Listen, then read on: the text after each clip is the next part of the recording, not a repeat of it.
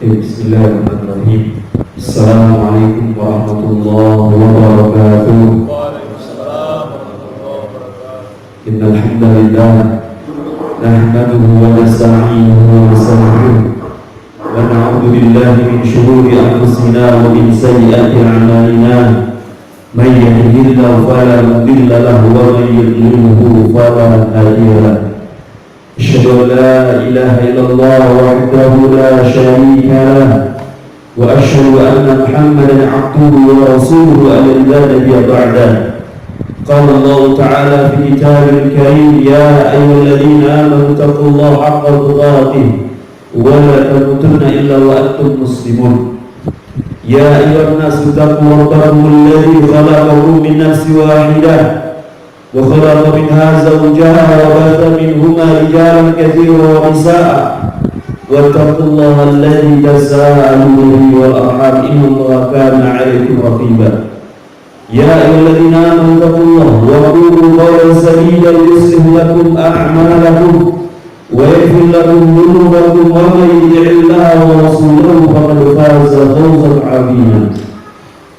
Amma ba'du, fa inna asdaqal hadithi kitabullah وخير الهدي هدي محمد صلى الله عليه وسلم وشر الأمور محدثاتها وكل محدثة بدعة وكل بدعة ضلالة وكل ضلالة في النار. Masyaallah muslimin, ikhwani wa akhwati fillah rahimani wa rahimakumullah jami'an. Segala puji bagi Allah Jalla Jalaluhu. Segala puja kita persembahkan untuk Allah Tabaraka wa Ta'ala. Dialah Rahman Ar-Rahim, dialah Allah Subhanahu wa Ta'ala yang Maha Pengasih lagi Maha Pemurah. Dialah Allah Subhanahu wa Ta'ala yang memberikan kehidupan kepada kita, dan dialah Allah Subhanahu wa Ta'ala yang telah memberikan kenikmatan kepada kita, dan dialah Allah Subhanahu wa Ta'ala Rabb yang selama ini kita puji dan kita puja. Dan dialah Allah Subhanahu wa Ta'ala yang tatkala kita gundah gulana, tatkala kita kesempitan, tatkala kita kesusahan, dialah Allah Subhanahu wa Ta'ala tempat kita meminta. Iyyaka na'budu wa iyyaka nasta'in, kepada-Mu ya Allah kami beribadah, dan kepada-Mu ya Allah kami mohon pertolongan. Salawat bering salam kita haturkan kepada Nabi Rasulullah kita Muhammad sallallahu alaihi wasallam. Dialah Nabi kita yang mulia, dialah uswah kita, dialah suri tauladan kita yang baik, sebagaimana Allah Subhanahu wa Ta'ala berfirman dalam surat Al-Ahzab ayat 21, laqad kana lakum fi Rasulillah uswatun hasanah liman kana yarjullaha wal yawmal akhir. Sungguh ada pada diri Rasulullah sallallahu alaihi wasallam suri tauladan baik bagi kalian, bagi orang-orang yang mengharapkan rahmat Allah hari kiamat kelak. Kita mohon Allah Subhanahu wa Ta'ala agar nanti di akhirat kita akan mendapatkan syafaat Nabi kita Muhammad sallallahu alaihi wasallam. Kita berharap dengan kita mengikuti Rasulullah sallallahu alaihi wasallam, dengan mengikuti sunnah-sunnah Nabi kita Muhammad sallallahu alaihi wasallam, Allah Subhanahu wa Ta'ala akan mencintai kita. Allah Subhanahu wa Ta'ala akan menghapuskan dosa-dosa kita. Di antara keutamaan bagi orang-orang mengikuti Rasulullah sallallahu alaihi wasallam, mereka akan digugurkan untuk dosa-dosa mereka. Nabi sallallahu alaihi wasallam, beliau adalah Nabi yang mulia, Nabi yang harus kita ikuti, yang Allah Subhanahu wa Ta'ala nyatakan dalam surah Al-Imran 31, qul in kuntum tuhibbunallah fattabi'uni yuhibbukumullah wa yaghfir lakum dzunubakum. Katakanlah, jika kalian benar-benar mencintai Allah, fattabi'uni, ikuti aku, ikuti Rasulullah sallallahu alaihi wasallam, yuhibbukumullah wa yaghfir lakum dzunubakum. Niscaya Allah Subhanahu wa Ta'ala akan mencintai kalian dan akan menghapuskan dosa-dosa kalian.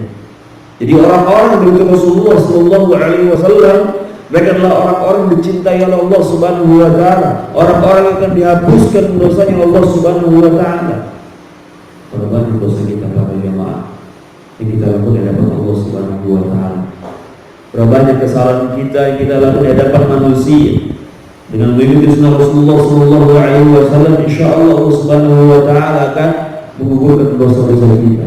Dan ketika kita kembali kepada Allah Subhanahu wa Ta'ala, kita kembali mendapatkan Ya Allah Subhanahu wa taala dihapuskan dosa-dosa kita semuanya. Bila kita harapkan para jemaah, ketika Allah Subhanahu wa taala mencabut nyawa kita, Allah Subhanahu wa taala telah menggugurkan dosa-dosa kita semuanya. Inilah yang kita harapkan. Karena Allah Subhanahu wa taala terus membuka pintu taubat bagi orang-orang yang kembali pada Allah Subhanahu wa taala, bagi orang-orang yang bertobat pada Allah Subhanahu wa taala, bagi orang-orang yang insaf kepada Allah Subhanahu wa taala.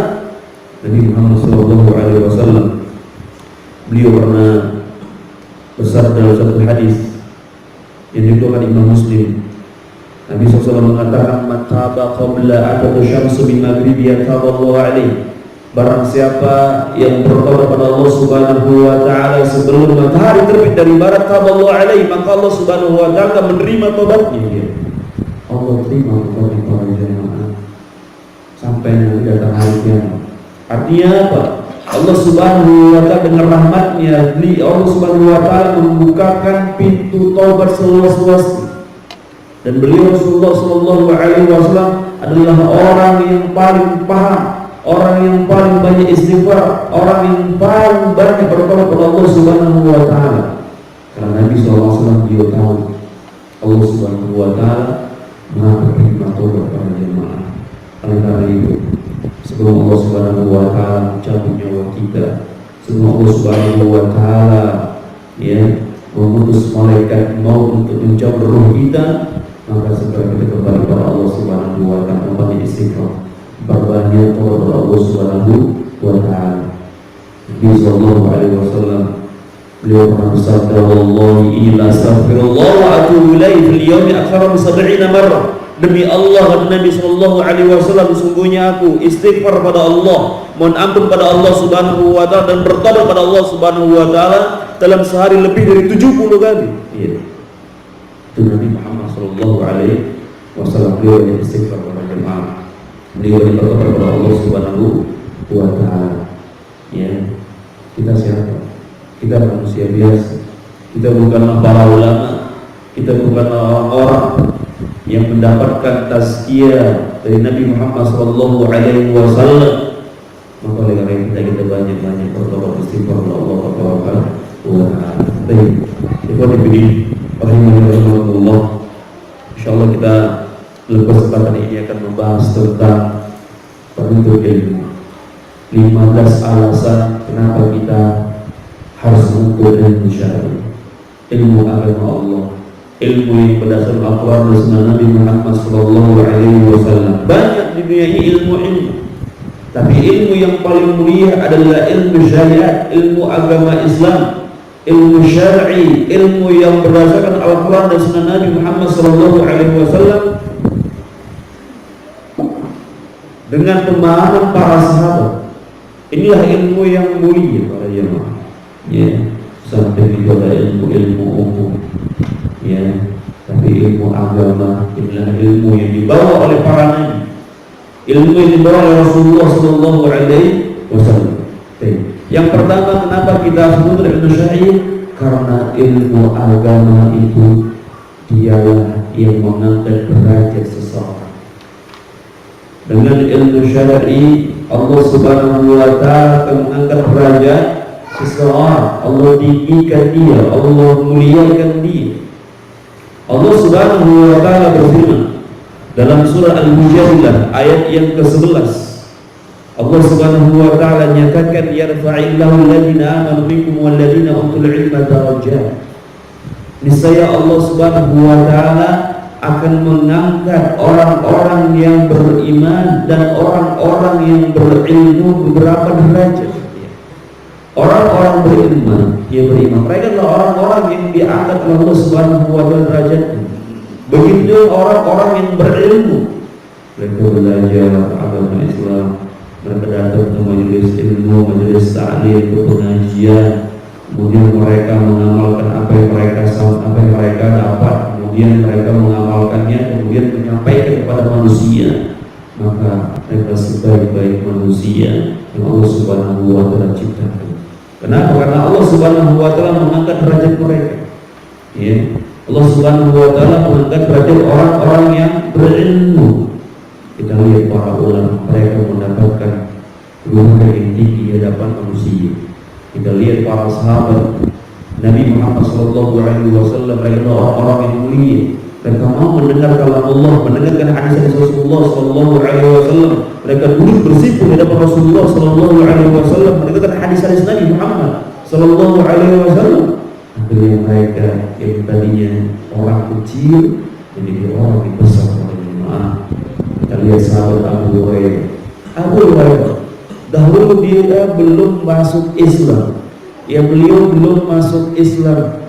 Beliau masuk Islam di tangan seorang sahabat bernama Tufail bin Amr ad-Dawsi. Tufail bin Amr ad-Dawsi ini, dia seorang sayyid, pemimpin kabilah yang dahulunya mereka menyembah berhala. Tapi ketika datang Islam, Tufail bin Amr ad-Dawsi, dia datang ke Mekah. Kemudian dia melihat sosok Nabi Muhammad SAW, bagaimana akhlak beliau, bagaimana ucapan beliau. Bahkan orang-orang musyrikin Quraisy, pembesar musyrikin Quraisy, itu mempengaruhi Tufail bin Amr ad-Dawsi jangan mendengar perkataan sejuk dari Rasulullah SAW. Ketika Tufail bin Amr ad-Dawsi dia di Mekah, dia tutup telinganya para jemaah dengan kapas. Saking khawatirnya dia takut mendengar ucapan yang disampaikan oleh Nabi Muhammad SAW. Ketika dia menuju Ka'bah, ketika dia menuju Ka'bah, ternyata di situ Rasulullah SAW. Dia pakai kapas. Ketika memakai kapas, dia ingin agar Rasulullah tidak mendengar kata Rasulullah SAW. Akhirnya pun terdengar ucapan Rasulullah SAW yang indah. Akhirnya Tufail bin Amr ad-Dawsi itu terpengaruh dengan ucapan Rasulullah SAW. Kemudian akhirnya Tufail bin Amr ad-Dawsi mengikuti Rasulullah SAW sampai rumah beliau. Ketika sampai di rumah Rasulullah SAW, dia menceritakan bahwasannya dia ditakut-takuti oleh para pemuka Quraisy agar jangan mendengar perkataan Rasulullah SAW. Tapi karena dia mendengar perkataan ini dari Rasulullah SAW, akhirnya Tufail bin Amr ad-Dawsi dia masuk Islam. Subhanallah, masuk Islam. Kemudian Tufail bin Amr ad-Dawsi pun belajar sama Rasulullah SAW. Dia hafal beberapa ayat dari Al-Quran Karim. Kemudian dia kembali kepada kaumnya untuk berdakwah. Dan akhirnya ketika dia sampai di kaumnya, di antara yang menerima dakwahnya Tufail bin Amr ad-Dawsi adalah seorang sahabat bernama siapa? Abu Hurairah. Abu Hurairah nama beliau adalah Abdurrahman bin Sakhr ad-Dawsi. Abdurrahman bin Amr ad-Dawsi. Abu Hurairah, kenapa disebut dengan Abu Hurairah? Abu adalah bapak, Hurairah itu yang kucing. Abu Hir. Kenapa disebut dengan Abu Hurairah? Karena Abu Hurairah waktu kecilnya beliau menyukai kucing, menyukai kucing, maka disebut dengan bapak kucing. Maksudnya apa? Bapak yang menyukai seekor kucing, bukan berarti kucing, bukan. Jangan salah. Makanya apa juga kucing itu enggak. Seperti itu, seperti kisah Ali bin Abi Thalib ketika beliau tidur, di satu ranjang yang di bawahnya itu tanah debu. Ketika beliau tidur, begitu terjatuh, muka beliau terkena debu. Kemudian Rasulullah SAW memanggil Ali bin Abi Thalib, ya Abu Turab, wahai Abu Turab. Turab itu bahasa Arab, debu, kalau bahasa desanya debu. Jadi Nabi SAW memanggil Ali bin Abi Thalib dengan Abu Turab, dengan kunyah, wahai bapak debu. Gitu. Berarti bapaknya debu bukan, tapi maksudnya bapak yang dia terkena debu. Gitu. Jadi ada kunyahnya. Itulah orang Arab. Kemudian ketika Abu Hurairah dia masuk Islam, kemudian dia ikut ke Madinah, ikut dia bersama Tufail ad-Dawsi menuju Rasulullah SAW. Ketika bersama Rasulullah, Abu Hurairah belajar. Dia duduk di majlis Rasulullah SAW. Dia mendengarkan hadis Rasulullah SAW. Bahkan Abu Hurairah dia tinggalnya tidak di rumah, dia tinggalnya di masjid Al-Sufa.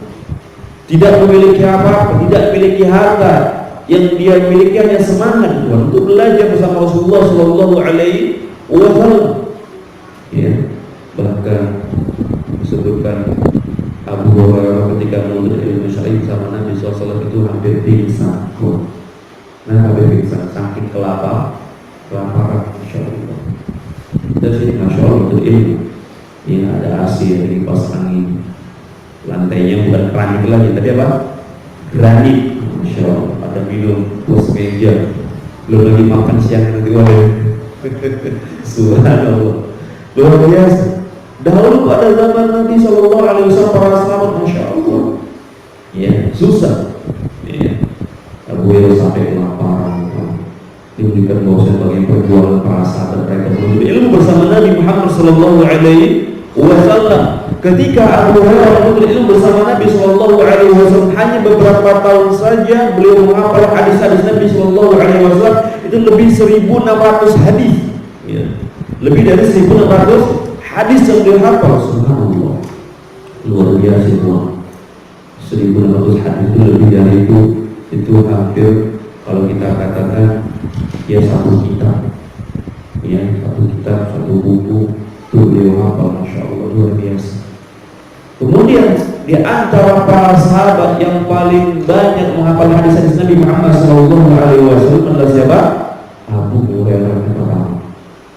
Yang kedua sahabat Abdullah bin Umar, itu anaknya Umar bin Khattab. Kemudian yang ketiga Anas bin Malik. Anas bin Malik termasuk khadim Rasulullah SAW, pembantu Rasulullah SAW ketika Rasul datang ke Madinah. Ibunya Al-Humaisyah, ibunya Anas bin Malik pun menawarkan putranya yaitu Anas.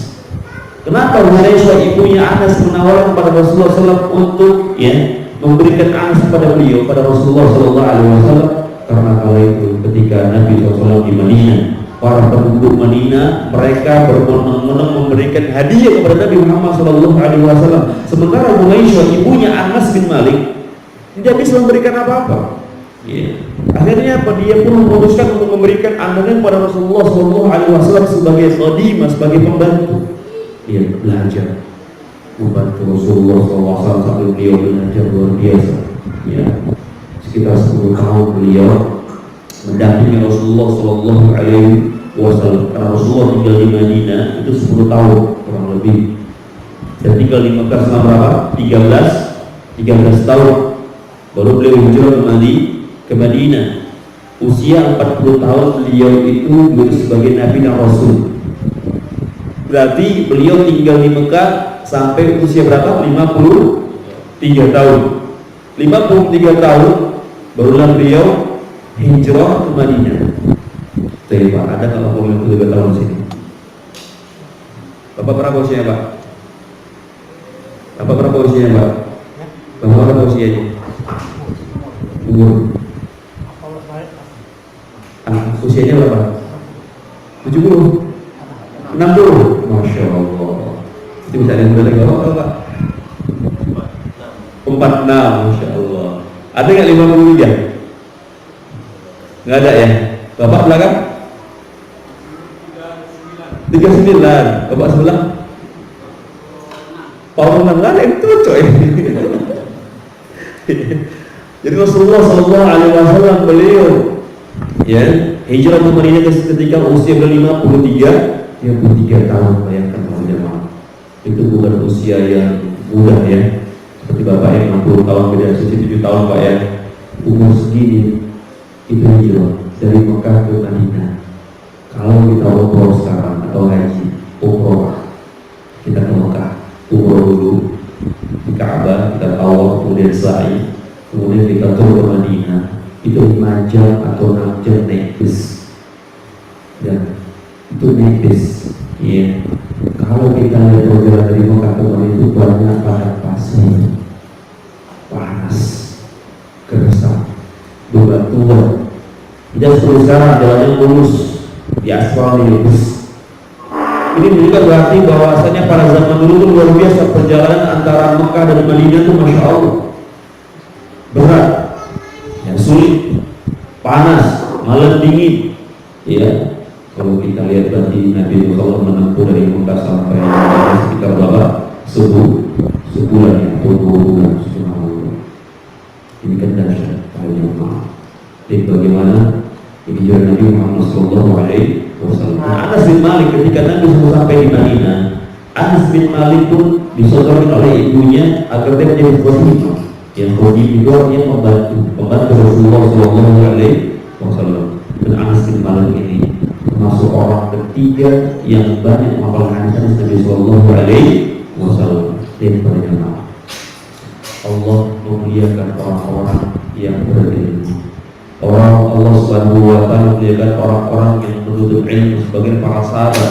Allah Subhanahu wa ta'ala memuliakan mereka. Ketika para ulama, ketika para khatib, ketika para muallim, para kiai menyampaikan hadis-hadis Nabi Muhammad sallallahu alaihi wasallam, itu tidak terlepas dari nama an Abi Hurairah, an Anas bin Malik, an Abdullah bin Umar. Qala Rasulullah sallallahu alaihi wasallam, Rasulullah sallallahu alaihi wasallam bersabda.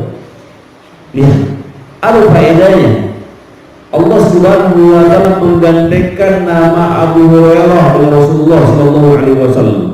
Allah menggandengkan nama Abdullah bin Umar pada Rasulullah sallallahu alaihi wasallam. Allah menggandengkan nama Anas bin Malik dengan Rasulullah sallallahu alaihi wasallam. Ini sebuah kemuliaan. Sampai nanti hari kiamat akan disebut oleh manusia. Ketika kita menyebut nama sahabat, apa yang kita sebut doa di belakangnya? An Abi Hurairah radhiyallahu anhu.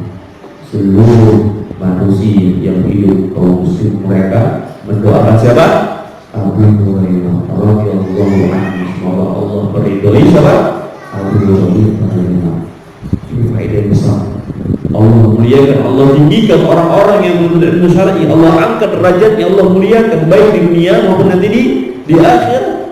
Ya, makanya kita menuntut ilmu syar'i agar mendapatkan derajat yang tinggi di sisi Allah Subhanahu wa ta'ala. Dan sebaliknya, kita menuntut ilmu syar'i bukan mencari kehinaan.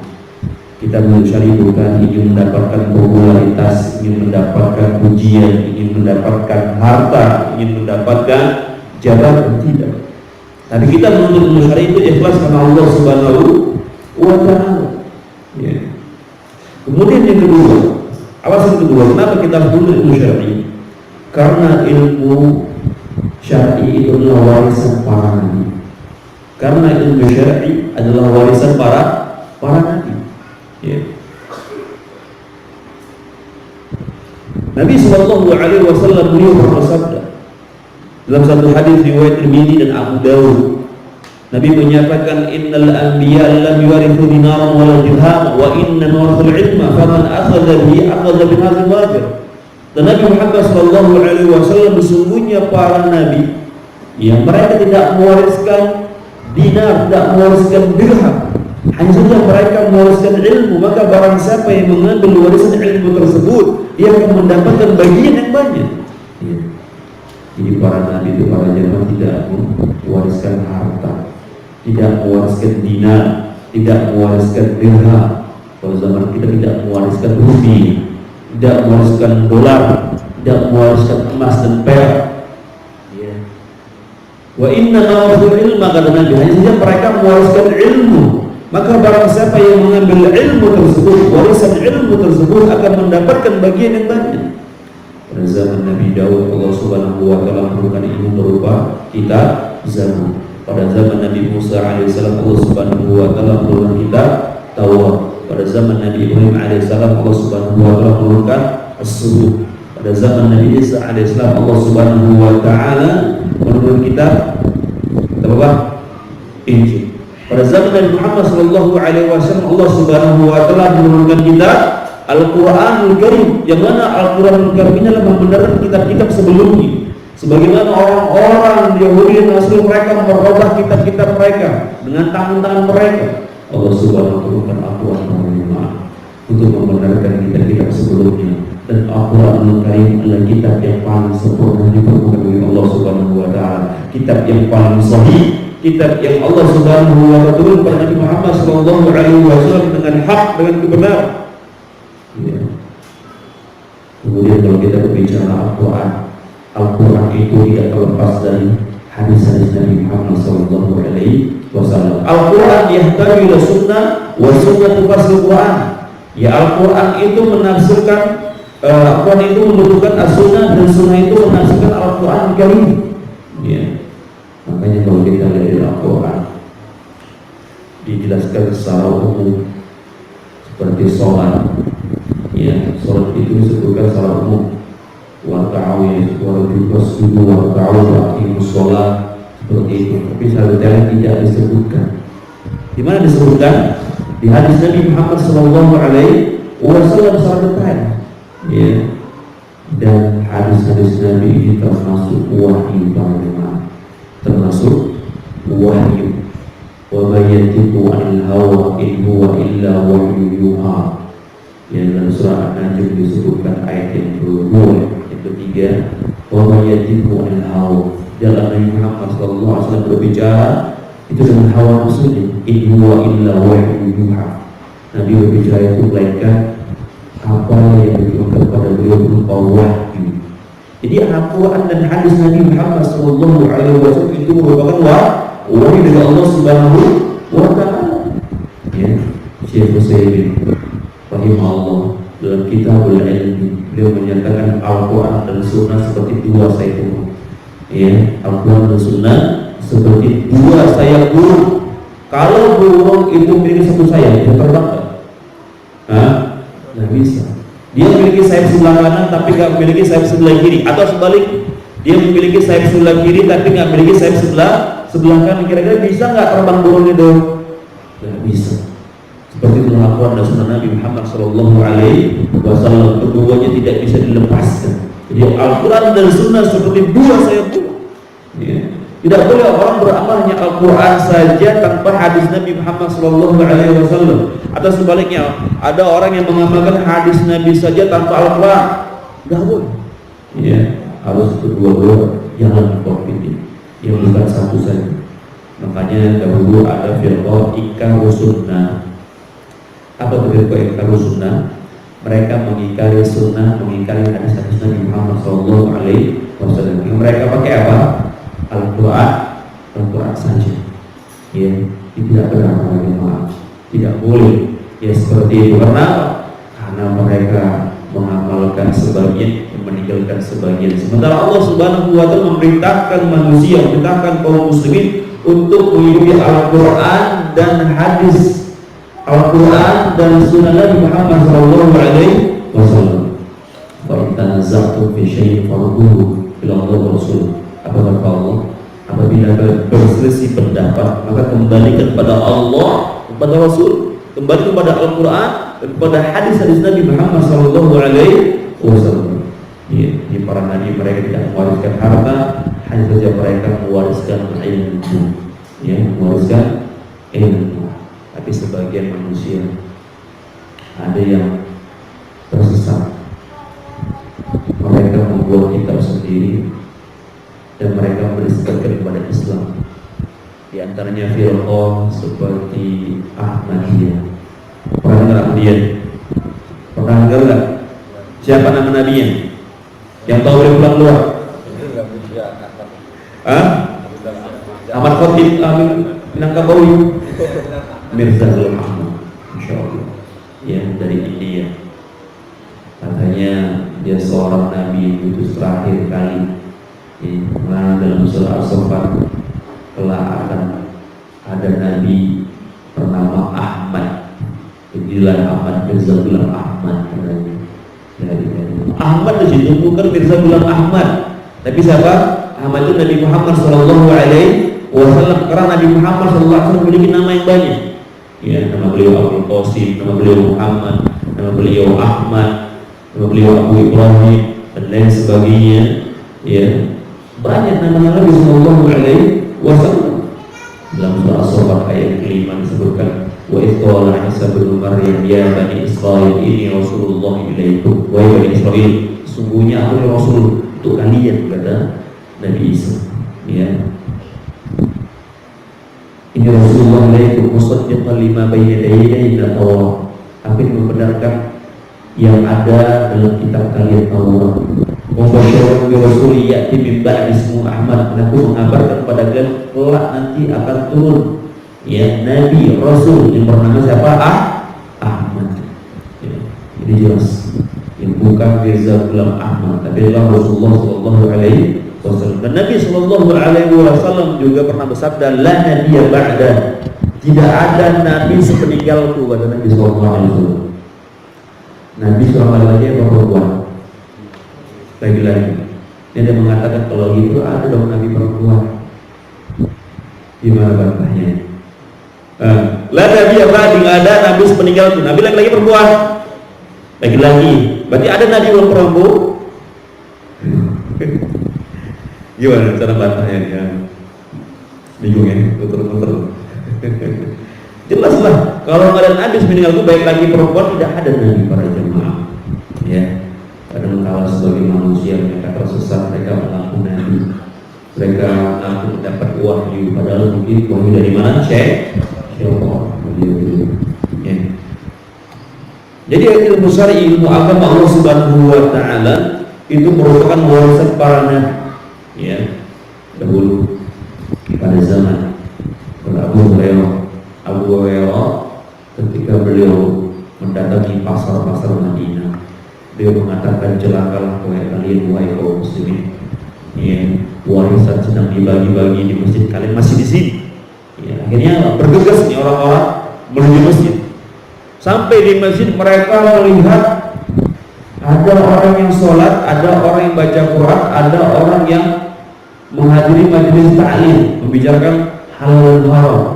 Ketika mereka melihat di situ hanya ada orang baca Quran, orang sholat, orang yang membicarakan halal dan haram, mereka kembali lagi menjumpai Abu Hurairah. Ya. Wahai Abu Hurairah, engkau mengatakan bahwa di masjid ada pembagian warisan. Ya. Apa yang kalian lihat, kata Abu Hurairah? Ya.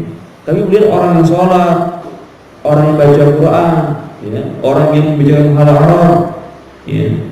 Kemudian Allah mengatakan, itulah warisan Rasulullah sallallahu alaihi wasallam. Ya.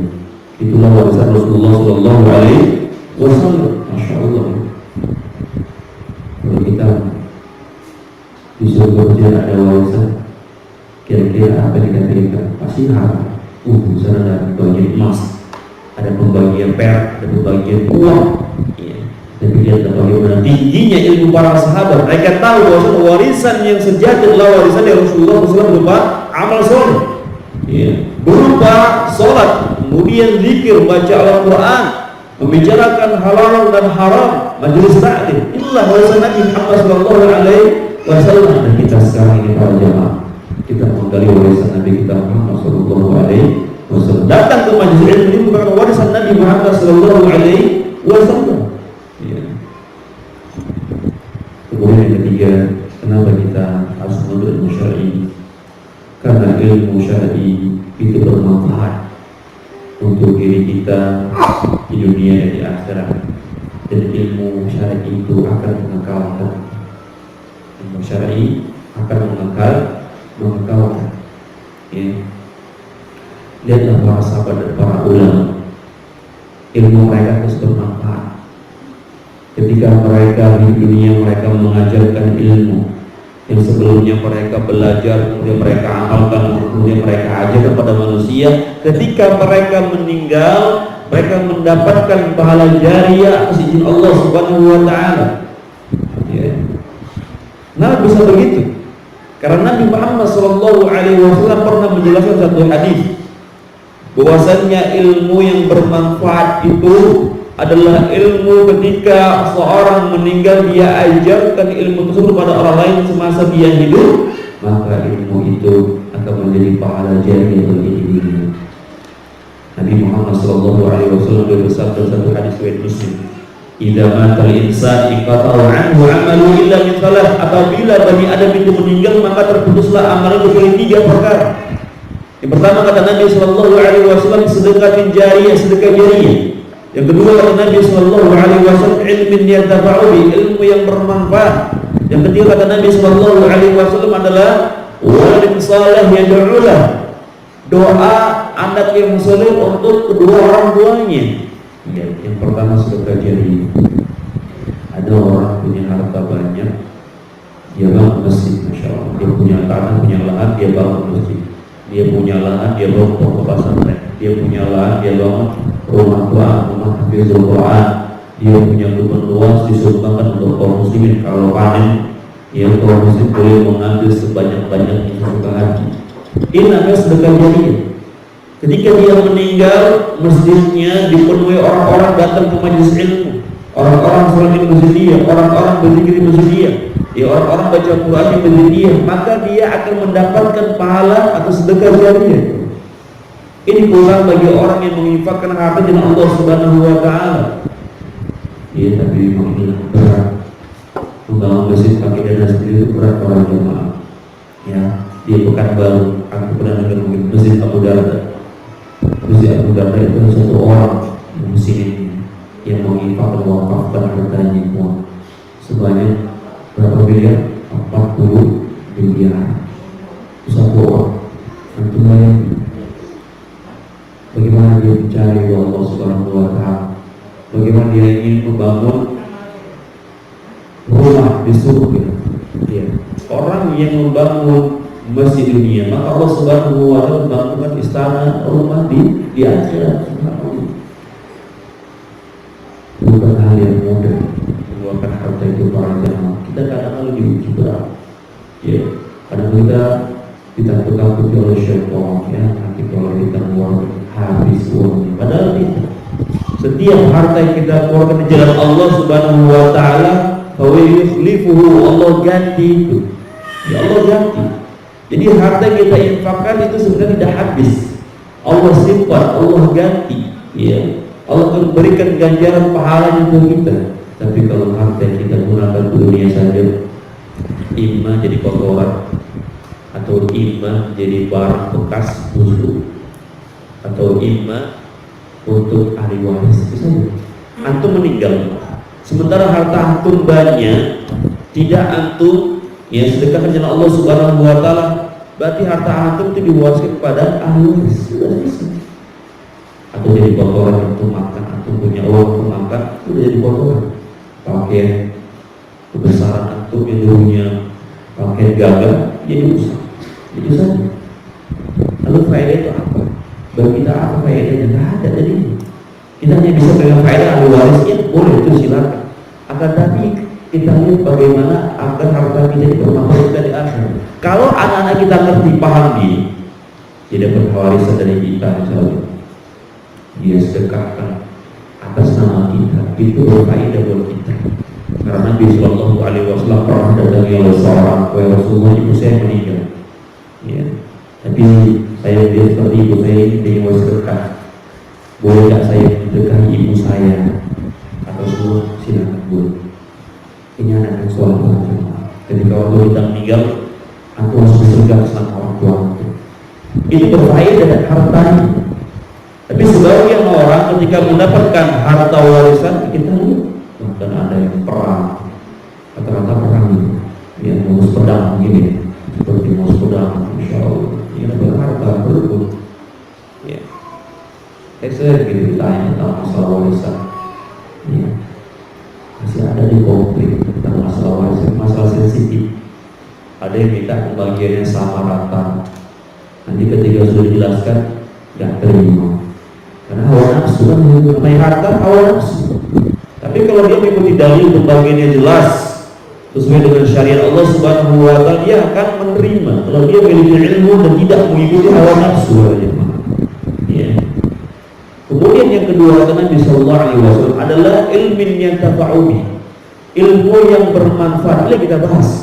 Ilmu yang bermanfaat ini ketika misalnya orang yang dia di dunia dia belajar agama Islam, kemudian dia belajar sepenuhnya, kemudian dia amalkan, kemudian dia ajarkan kepada orang lain. Ketika dia meninggal, ilmu yang dia ajarkan kepada orang lain ini itu bermanfaat baginya di akhirat, di alam barzakh. Ya, contohnya para ulama. Ketika mereka hidup, mereka belajar sama ulama yang senior. Ketika mereka sudah belajar, kemudian mereka amalkan, kemudian mereka dulu di majelis ilmu, mereka ajarkan pada manusia. Kemudian mereka menulis kitab-kitab berjilid-jilid, ya, untuk memberikan faedah kepada manusia. ini masih hidup, bisa memberikan manfaat. Ketika ulama yang sudah meninggal, murid-muridnya ini kan mengamalkan apa yang disampaikan oleh gurunya, maka guru itu akan mendapatkan pahala jariah. Kemudian buku-buku yang dia buat ketika dia masih hidup, kemudian dia meninggal, buku-buku dicetak yang banyak kemudian disebarkan di dunia, maka insya Allah dia akan mendapatkan pahala jariah. Ini keutamaan ya. Saya juga baru tahu kenapa para ulama sangat semangat mereka menulis kitab-kitab. Ya, adalah ketika mereka meninggal ilmu ini bermanfaat. Makanya Imam Malik menulis kitab, namanya kitabnya apa? Siapa yang tahu? Al-Muwatta. Imam Syafi'i kitabnya apa? Al-Um. Ya, Ar-Risalah. Ya, Al-Muwatta pada zaman Imam Malik itu banyak. Ya, Al-Muwatta Imam Malik, ada Al-Muwatta ulama-ulama yang lain. Ya.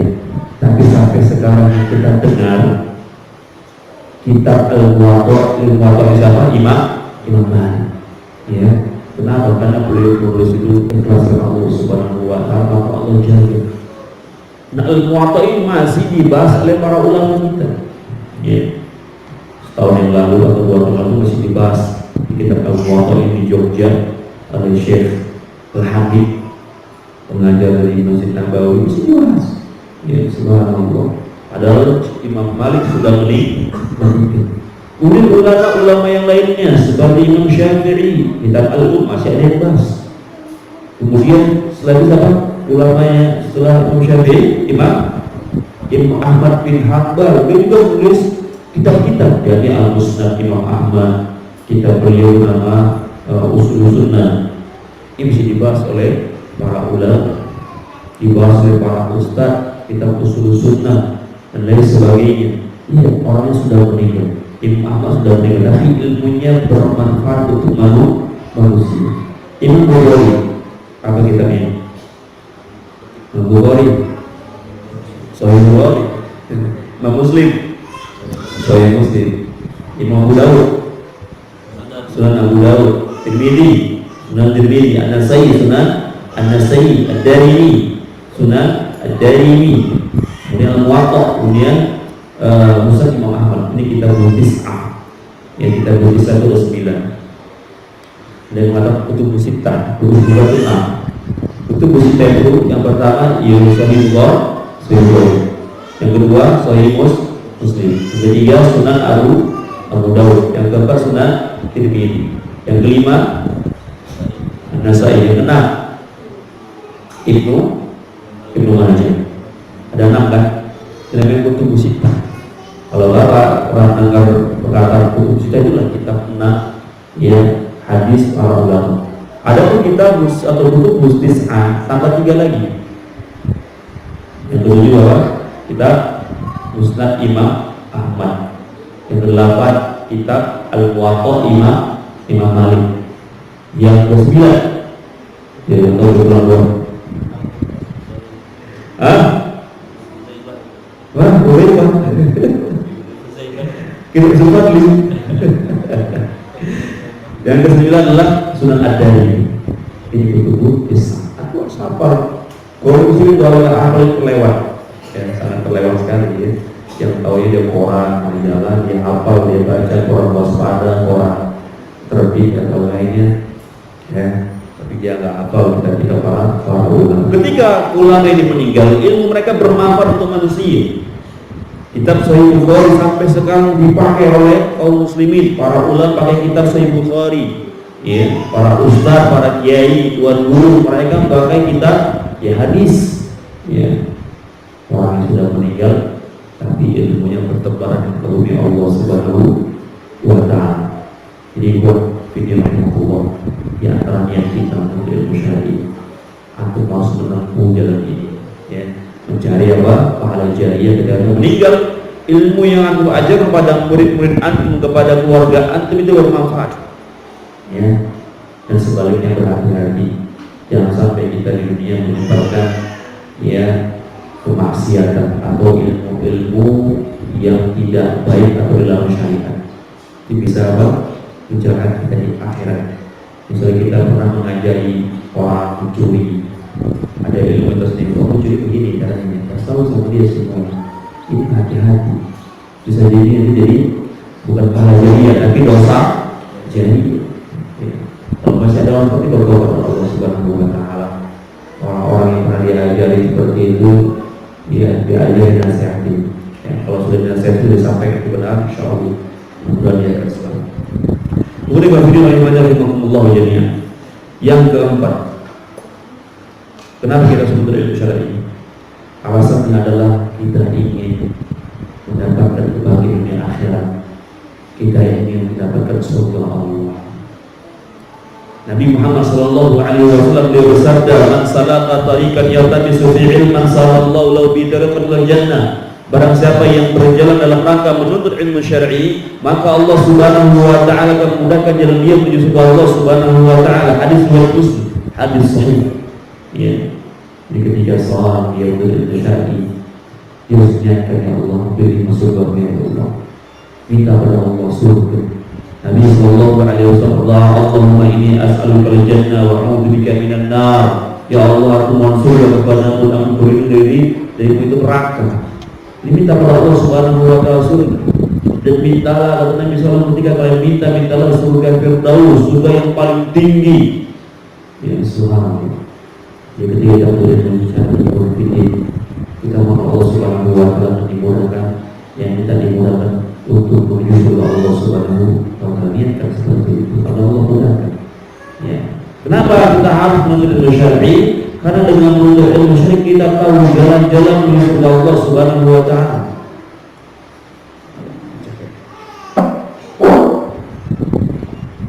Ya, dengan menuntut ilmu syar'i kita tahu jalan-jalan menuju surga Allah Subhanahu wa Ta'ala, dan begitu juga ketika kita menuntut ilmu syar'i kita tahu jalan-jalan menuju neraka Allah Subhanahu wa Ta'ala.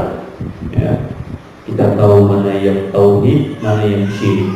Kita tahu mana yang sunnah, mana yang bid'ah. Kita mengetahui mana yang halal, mana yang haram. Kita mengetahui mana yang hak, mana yang batil. Ya. Seorang sahabat bernama Hudzaifah bin Yaman. Beliau pernah menyatakan, satu riwayat Imam Muslim, beliau pernah menyatakan, "Kana an-nas yas'aluna Rasulullah sallallahu alaihi wasallam 'anil khair wa kuntu as'alu 'anil syarr." Dahulu para sahabat Nabi mereka pernah bertanya kepada Rasulullah sallallahu alaihi wasallam tentang kebaikan. Sementara aku bertanya kepada Rasulullah sallallahu alaihi wasallam tentang keburukan. Untuk apa beliau bertanya tentang keburukan itu? Ya, untuk apa beliau bertanya tentang kejelekan? Beliau mengatakan, "Makhafata yadraktani." Aku khawatir kejelekan keburukan itu menimpa diri. Maksudnya apa? Seorang yang menuntut ilmu syar'i ketika dia belajar agama Islam, dia harus mengetahui perkara-perkara yang buruk untuk dijauhi. Dia harus mengetahui syirik, dia harus mengetahui bid'ah, dia harus mengetahui yang haram, dia harus mengetahui yang batil. Agar apa? Agar dia bisa menjauhi kesyirikan, agar dia bisa menjauhi perbuatan-perbuatan yang bid'ah, agar dia bisa menjauhi perbuatan yang haram di hadapan Allah Subhanahu wa Ta'ala, agar dia bisa menjauhi hal-hal yang batil. Ya, ini penting. Ya, makanya Nabi sallallahu alaihi wasallam beliau pernah bersabda, "Ittaqun nar." Jagalah diri kalian walau bisyaqi tamr. Walaupun dengan bersedekah ya separuh ya biji kurma. Subhanallah. Ini artinya apa? Kita harus mengetahui hal-hal yang bisa menyebabkan kita masuk neraka Allah Subhanahu wa Ta'ala. Dan para ulama kita, mereka telah menulis kitab-kitab yang berkaitan tentang perbuatan dosa-dosa.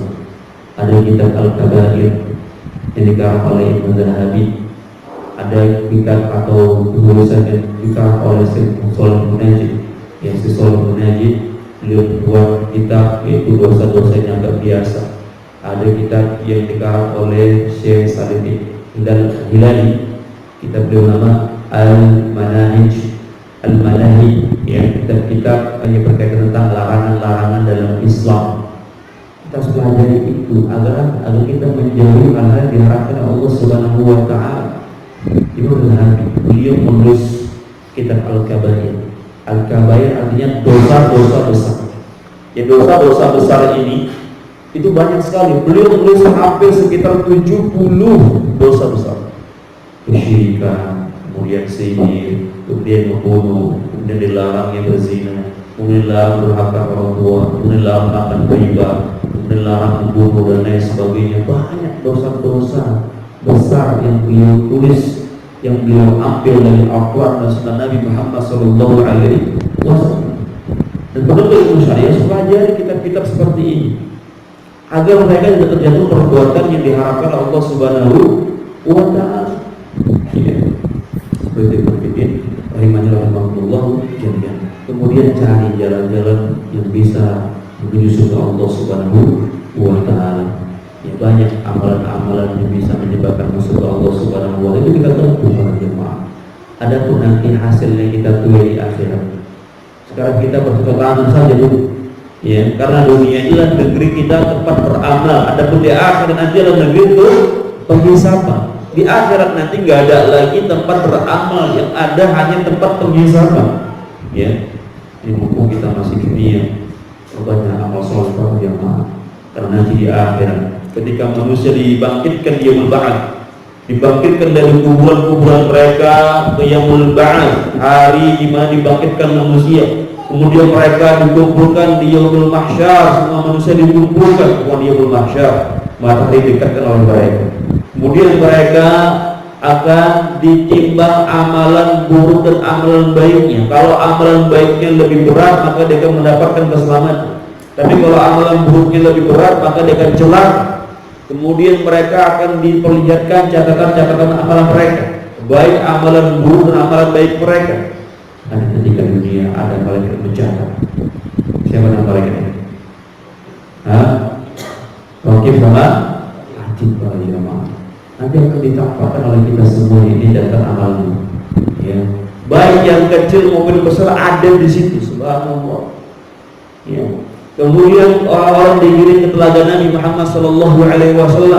Ada yang dibolehkan meminum dari telaga Nabi SAW. Ada yang dihalang tidak boleh minum air dari telaga Nabi Muhammad SAW. Telaga Nabi itu lebih putih daripada susu, lebih manis daripada madu. Ya, madu itu manis. Ya. Tapi kalau masih racun, jadinya apa? Madu racun. Bapak suka madu gak? Suka? Ibu suka madu gak? Hah? Gak suka ibu madu? Betul. Madu asli suka mau. Mau gak madu? Hah? Mau. Ya madu mau lah, madu kan manis. Ya, madu manis apa sehat. Ya.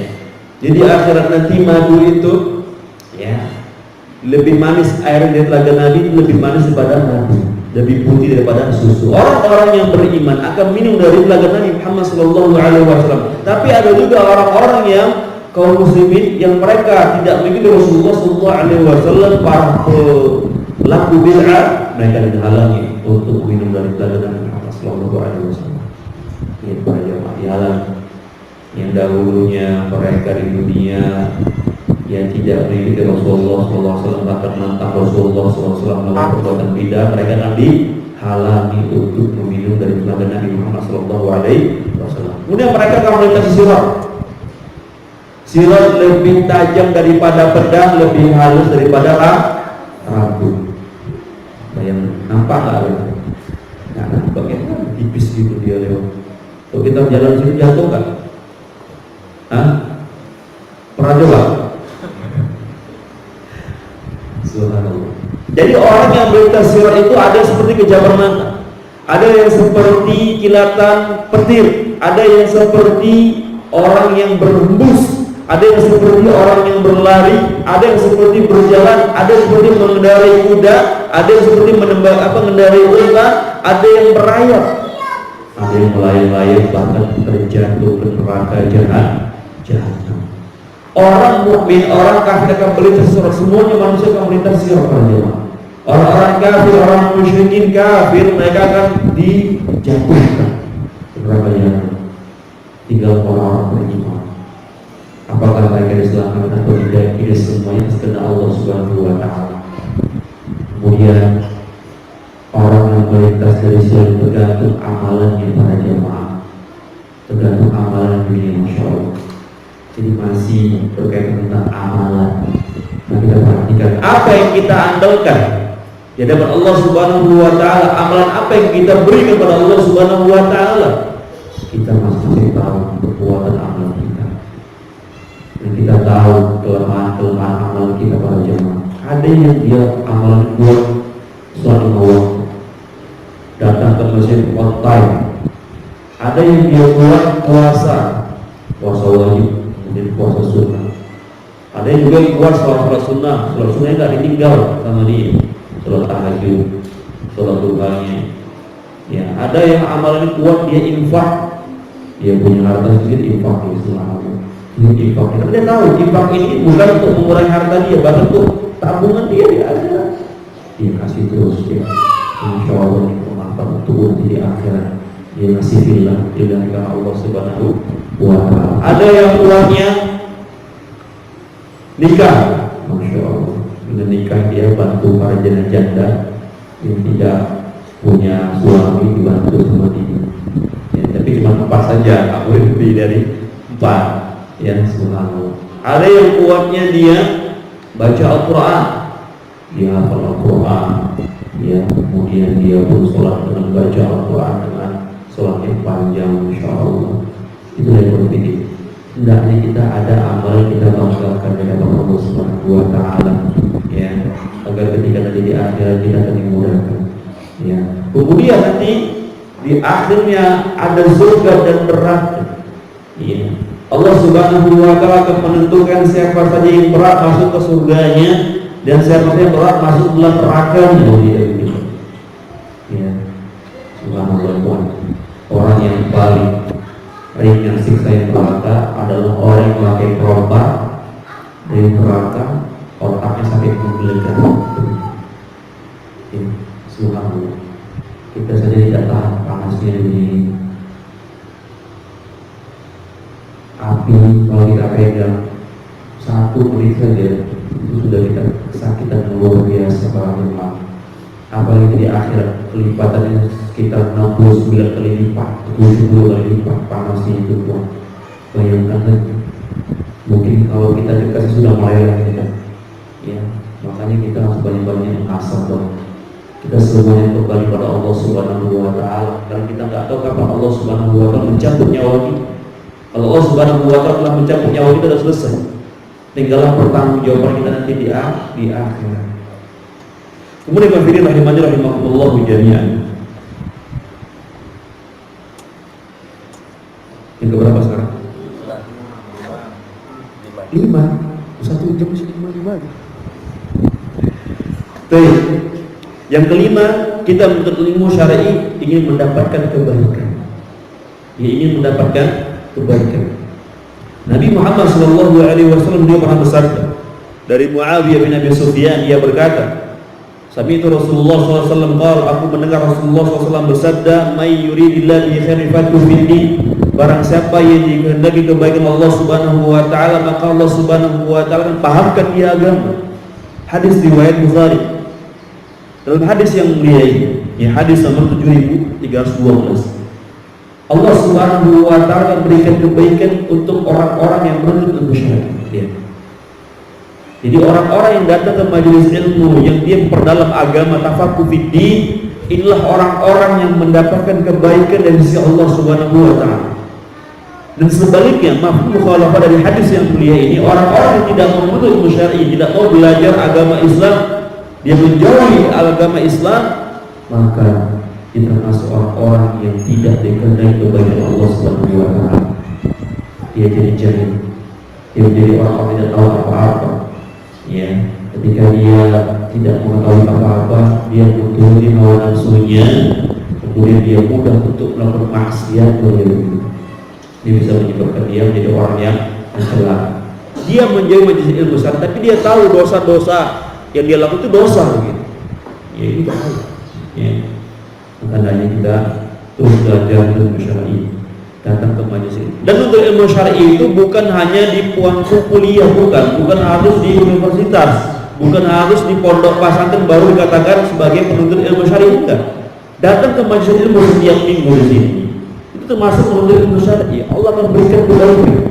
Ya, datang kita hafal sampai Ustaz, minimal poin-poin yang kita hafal yang tertulis di kertas atau di HP atau direkam, sampai di rumah dibuka lagi atau didengarkan di rumah.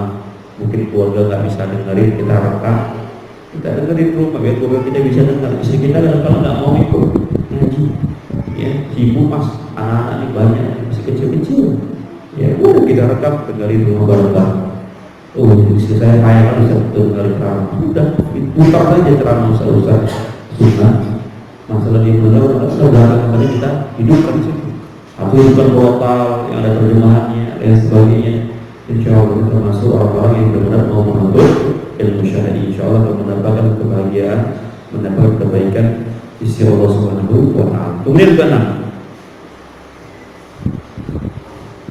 kenapa kita sebut ilmu syar'i? Karena Nabi Sallallahu Alaihi Wasallam pernah menyatakan boleh menghasati orang yang berilmu. Boleh kita hasad terhadap orang yang berilmu. Hasad dalam Islam dilarang. Ya, Nabi SAW bersabda, "La tahasadu." Janganlah kalian saling hasad, janganlah kalian saling iri dengki. Tapi hasad dibolehkan dua hal, kata Nabi SAW. Nabi mengatakan, "La hasada illa bisnatain." Kata Nabi Muhammad SAW, tidak boleh hasad kecuali terhadap dua orang. Yang pertama kata Nabi SAW, "Rajulun atahu Allahu malan, tasawwata ala halakati fil haqqi." Seorang yang dia memiliki harta, kemudian dia menginfakkan hartanya di jalan kebenaran, jalan Allah Subhanahu wa Ta'ala, maka orang seperti ini boleh dihasati. Pak, maksudnya ada orang kaya, banyak hartanya, ya hartanya mungkin miliaran, bahkan triliunan. Kemudian dia bangun pondok pesantren yang besar, dia bangun rumah Quran, dia bangun masjid di mana-mana. Boleh kita hasad sama orang ini. Hasad di sini maksudnya adalah al-ghibthah. Apa itu ghibthah? Yaitu berlomba-lomba dalam kebaikan. Hasad yang dibolehkan. Maksudnya apa? Kita ingin seperti dia berlomba-lomba dalam kebaikan. Si fulan dia banyak harta berinfak, saya juga pengen sama si fulan. Bukan hasad di sini maksudnya menzalimi orang tersebut. Bukan. Si fulan banyak hartanya, dulu kita bunuh saja, kita rampok, kita masuk ke rumahnya, kita bunuh, kita bedel dia. Bukan ini maksudnya. Hasad di sini kita juga ingin memberikan kebaikan sebagaimana dia memberi kebaikan kepada kaum muslimin. Yang berlomba-lomba dalam kebaikan.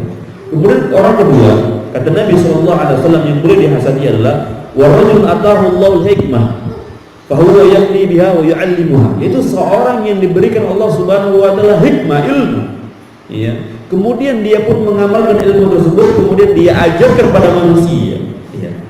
Ini orang kedua yang boleh dihasad. Siapa mereka? Mereka adalah orang-orang berilmu di kalangan para ulama. Dari kalangan para ulama, para ustaz, para qori, yang mana mereka memiliki ilmu. Ya boleh kita hasadi. Hasadnya maksudnya apa? Kita ingin seperti mereka. Kita ingin bisa berlomba-lomba kebaikan seperti mereka. Ya boleh dihasad. Tapi bukan untuk menzalimi mereka. Ya, ini hadis dikeluarkan oleh Imam Bukhari, hadis nomor 73. Jadi kalau dipikir rahimahullah jami'an, ini pentingnya kita ketika kita menuntut ilmu syar'i, ketika kita berlomba-lomba, terus kita berlomba-lomba dalam menuntut ilmu syar'i, kita hafalin dikit-dikit satu kita amalkan ya, sesuai kemampuan kita ajar kepada orang lain. Ya, minimal atau ketika belajar datang masjid, poin-poinnya itu dihafal, kemudian dalilnya kurang. Kalau misalnya tidak tahu dalilnya, tanya ustadznya surat apa, ayat keberapa, atau hadis riwayat siapa, itu saja. Poin kemudian dalil sama hadis, ayat Al-Quran sama hadis, sudah cukup. Atau dalil Al-Quran saja, satu poin satu dalil, ya. Atau poin sama hadis-hadis Nabi, itu saja minimal, ya. Ketika di rumah kita buka lagi Al-Quran terjemahannya, dikata Ustaz sebulan tadi ini maksudnya. Ada duit sedikit beli tafsir Ibnu Katsir, ini Masya Allah tafsir yang luar biasa. Kalau kita ingin buka tafsir, jangan lupa tafsir Ibnu Katsir, karena tafsir Ibnu Katsir tafsir riwayat. ada ayatnya, kemudian ada penjelasannya, turun asbab nuzulnya, kapan terjadi ayat ini turun begitu, apa kisahnya, jelas kan sih. Itu kalau kita impor dalam, mungkin hadis Nabi, hadis riwayat siapa? Hadis Bukhari misalnya, itu hadis nomor berapa? Hadis nomor 73, ya. Hadis nomor 73 kita lihat di buku kita di rumah, buku hadis. Makanya para penuntut ilmu harus ada buku hadis. Jangan Al-Quran saja, buku hadis juga penting. Beli kitab Sahih Bukhari yang terjemah Al-Quran hadis dan ayat Arab dan terjemahannya beli. Ya. Sahih Muslim juga beli, itu harus ada. Ini kita di rumah tutup perabot, tapi kitab Sahih Bukhari nggak ada di rumah. Sahih Bukhari itu cuma berapa ratus ribu, tebal sampai jadi cuma 300 ribu, bahkan ada 200 ribu, murah. Kitab Sahih Muslim sama, kitab 200 ribu, 300 ribu. Ini dibeli, harus ada yang di rumah-rumah kita. Ya, ini kadang-kadang Al-Quran itu sampai rusak, saking apanya, saking rapinya kita nggak pernah dibaca, sampai kadang-kadang dimakan larong. Ya subhanallah. Saya punya orang tua saya dulu pernah mondok pesantren di Aceh. Ya, dia dulu mondok pesantren. Kitab beliau itu, orang tua saya itu sampai dimakan larong. Itu ketika dibuka, subhanallah, dimakan rayap. Subhanallah. Karena apa? Jangan dibuka, itu kitab ya. Tapi kalau Al-Quran enggak. Makanya aku jangan sampai seperti itu, subhanallah, saking sayang sama Al-Quran, dibaca sayang gitu. Dibiarin jadi lemari, subhanallah, jangan dibaca, dibuka. Ya. Kalau kita nggak bisa bahasa Arab, beli Al-Quran Arab Indonesia, kita lihat terjemahannya, ya kita resapi maknanya, kemudian kita lihat tafsirnya. Kalau kita ada waktu lihat tafsir seperti itu ya. Kemudian yang kedua, rahimahullah jami'an. Yang ketujuh, kenapa kita harus menuntut ilmu syar'i? Karena menuntut ilmu akan menghilangkan kebodohan bagi diri kita. Menuntut ilmu yang akan menghilangkan kebodohan untuk diri kita dan orang lain.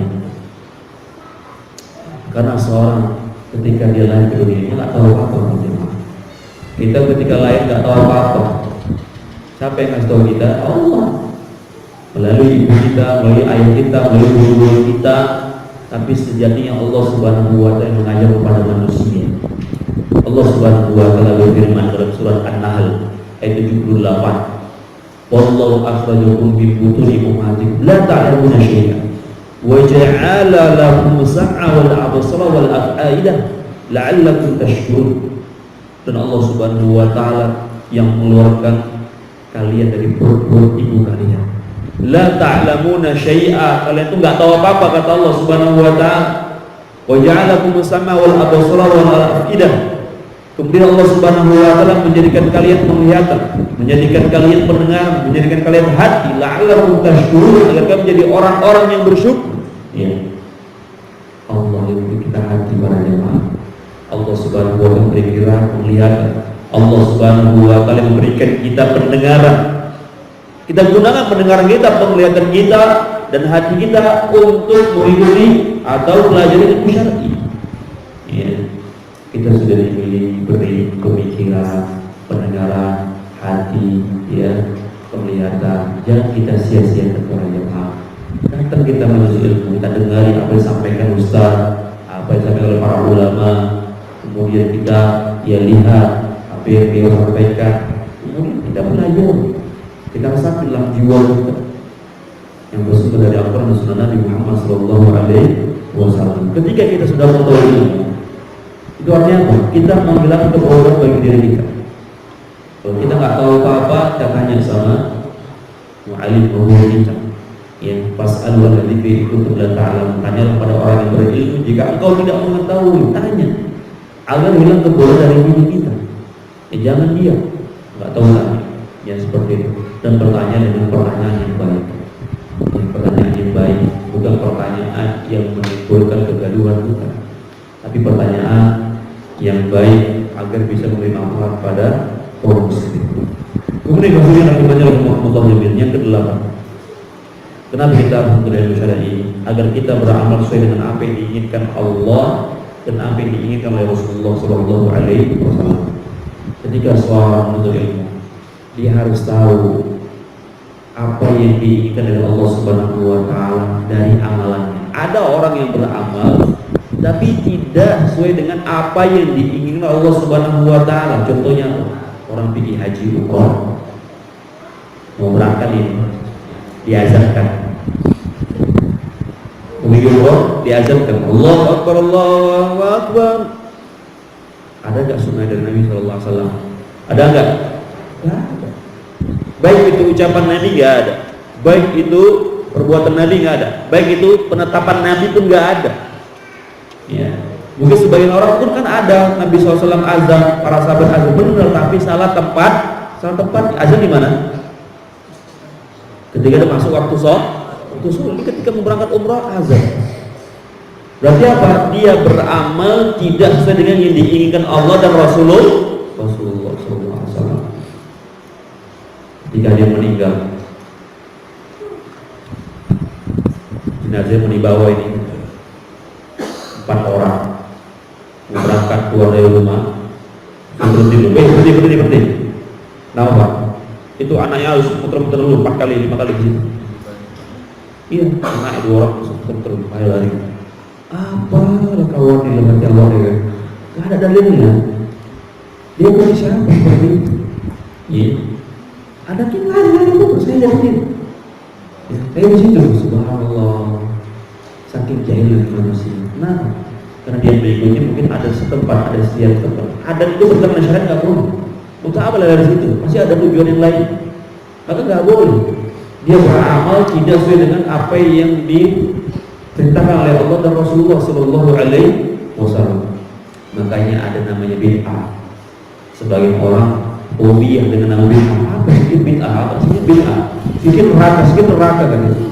Yang mengatakan bid'ah itu Rasulullah Sallallahu Alaihi Wasallam, bukan kita. Yang mengatakan finnar neraka itu Rasulullah Sallallahu Alaihi Wasallam, bukan kita, bukan para ulama, bukan, tapi Rasulullah SAW yang mengatakan. Agar kaum muslimin paham, tidak boleh beramal sesuai dengan keinginan hawa nafsunya. Ketika beramal harus tepat dia sasarannya. Jangan dia salah pada tempatnya, waktunya. Tidak ada penambahan, tidak ada pengurangan. Ada orang sholat subuh 3 rakaat, boleh nggak? Hah? Boleh lupa. Tapi kalau nggak lupa nggak boleh dia. Berarti dia menambah-nambah rakaat yang tidak ditambah oleh Rasulullah Sallallahu Alaihi Wasallam. Ya, di masjid saya ada ribut masalah sholat subuh. Katanya kita difitnah, katanya mereka sholat 3 rakaat. Siapa pula yang mendapat isu itu ya kan? Akhirnya singkat cerita, ya mereka jahil. Karena ketika sholat subuh itu ada namanya sujud sajadah. Ketika rakaat pertama, ketika sampai surat atau ayat yang sujud sajadah, kita sujud, balik lagi. Kira orang itu rakaat pertama, balik lagi. Baru kita rukuk, kemudian sujud rakaat ketiga, rakaat kedua katanya. Kalau kita berdiri lagi rakaat ketiga, itulah isu fitnah tersebut. Ya, akhirnya sudah alhamdulillah selesai masalah dia mereka jahil. Ya, jadi ini nggak boleh kita sholat 3 rakaat ketika sholat subuh. Banyak bidah-bidah ayat lainnya yang banyak kaum muslim nggak tahu. Jadi bidah ini berkaitan tentang penambahan dalam masalah ibadah, ini nggak boleh. Sholat subuh 3 rakaat misalnya. Puasa 1 hari 1 malam 24 jam dia nggak makan, yang tidak, ini namanya penambahan. Itu sebenarnya bid'ah. Tapi kalau dia puasa Ramadan dari pagi habis subuh sampai dengan terbenam matahari, ini puasa yang salah. Tapi kalau dia tambah lagi sampai tengah malam atau sampai pagi, ini namanya sudah puasa yang bid'ah. Paham ya? Kemudian pengurangan. Contohnya apa? Pengurangan. Dia sholat zuhur 3 rakaat. Ini bid'ah. Jauh. Kemudian masalah waktu. Ada orang yang haji, dia wukuf di Arafah pada tanggal 9 Ramadan. Datang dia ke sana, umroh, kemudian dia haji, wukuf di Arafah tanggal 9 Ramadan. Ada orang yang wukuf dia sendiri di situ. Ngapain Pak? Saya wukuf di Arafah. Boleh nggak? Nggak boleh. Kenapa? Karena salah waktunya. Bukan tanggal 9 Ramadan, tapi tanggal berapa? 9 Juli. Lalu kita tentang 9 Zulhijjah diperintahkan apa? Diajar apa? Untuk puasa Arafah. Paham ya? Ini masalah waktu. Tidak boleh. Kemudian ada orang puasa 30 hari pada bulan Zulhijjah. Zulhijjah puasa 30 hari. Padahal kita diperintahkan puasa pada bulan Ramadan. Paham ya? Namanya waktu. Perkara waktu bisa dipilih. Kemudian perkara tempat. Orang yang tawaf di Ka'bah 7 putaran bagi yang umroh itu syar'i. Tapi ketika mereka nggak ada dana, mereka tawaf di mana? Di Candi Borobudur. Boleh nggak kira-kira? Nggak ada dana di Cekastan. Kami di Borobudur aja lah. Yang penting kan tawaf. Boleh nggak? Tidak. Karena tempatnya tidak disyariatkan. Ini namanya apa? Tawaf bid'ah. Pernah nggak dengar baru ini ada yang tawaf di masjid? Tawaf mereka udah putar sampai kiri-kiri gitu. Ini nggak boleh. Gak ada dalil mengatakan boleh tawaf di masjid atau sekitar masjid, apalagi tawaf di kuburan. Tidak boleh. Tawaf itu di mana? Di Ka'bah. Berarti apa? Salah tempat apa salah waktunya? Salah tempatnya. Sedihnya. Masya Allah, ini penting para jamaah. Ya. Contoh yang lainnya, ketika ada seorang sholat, dia tambah amalan-amalan yang lainnya. Ya, contohnya apa? Ketika sholat, imamnya baca kuliah ayat kafirun, kulullah, kulullah, kulullah falak, kulullah bin nas. Dia baca sebelum jadi imam, dia baca dulu. Dia zikir astagfirullah.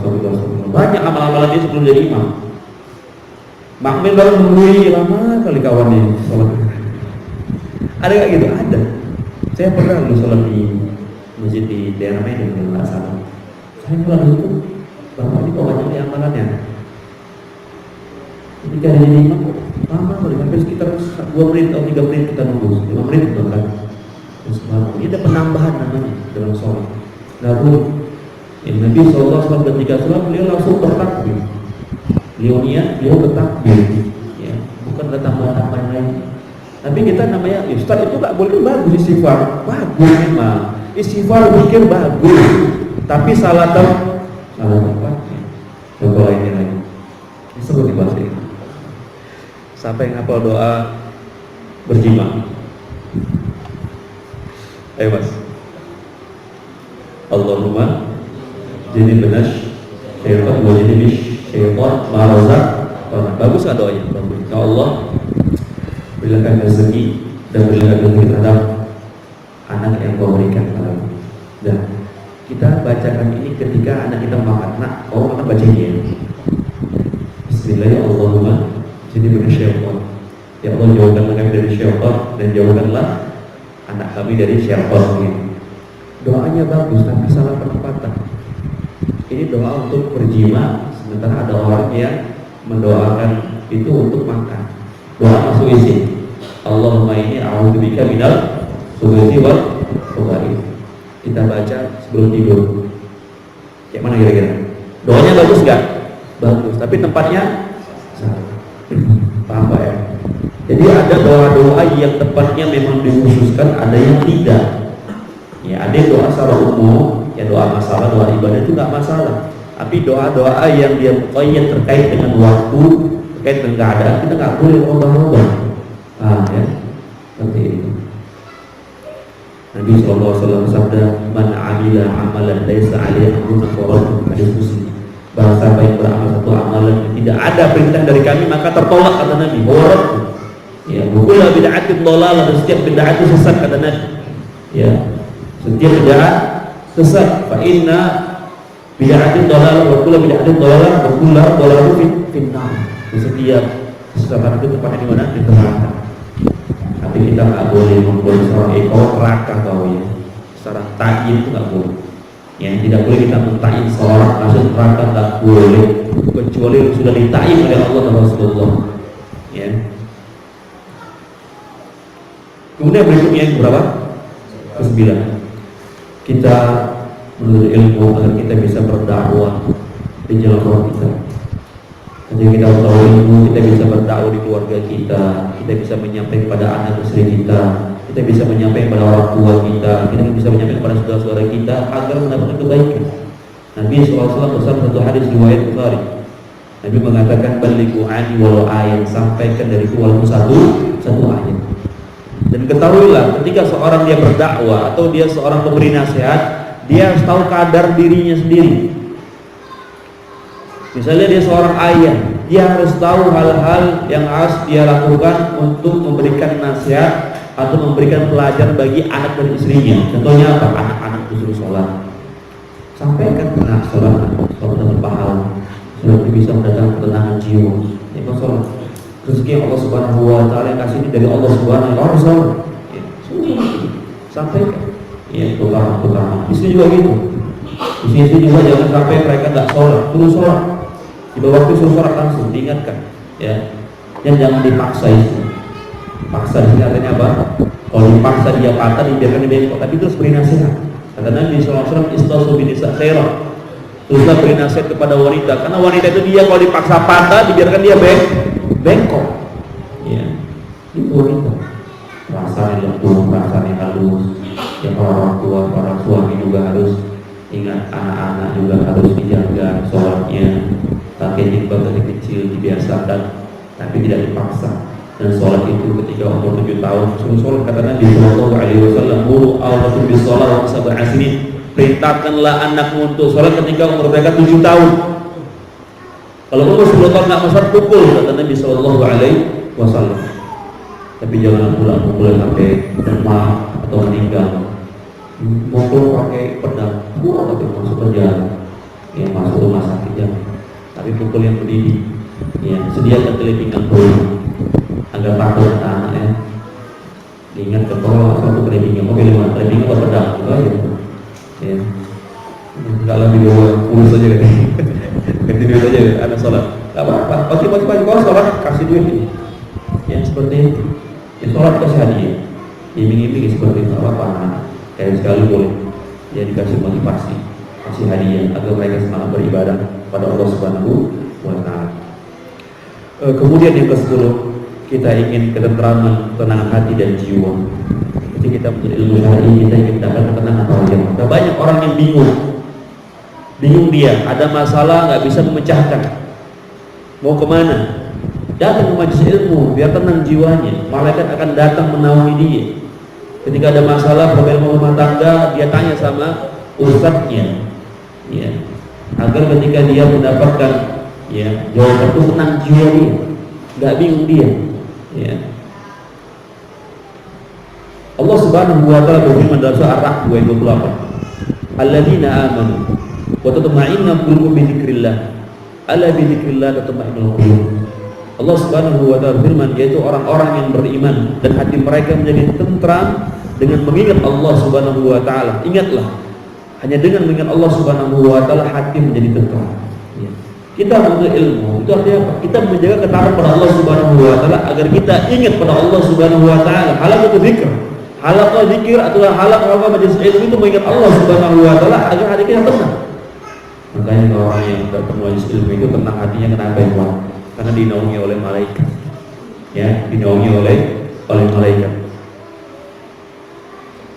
Nabi Sallallahu Alaihi Wasallam beliau pernah bersabda satu hadis riwayat Muslim, wa mastama'a qawm fi baitin min buyutillah yatluna kitabullah wa yatadarasunahu bainahum illa nazala 'alaihim sakinah wa ghasyiyatuhum rahmah wa haffathumul malaikah wa dzakarallahu fi man 'indah.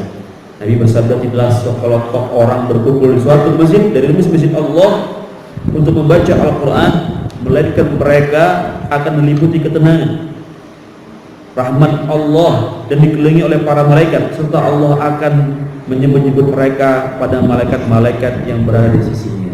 Ya, jadi ketika orang menuntut ilmu syar'i, Allah akan merahmati orang tersebut, para jemaah tenang jiwanya. Bahkan sampai tenangnya jiwanya itu dia tertidur ngantuk. Ya.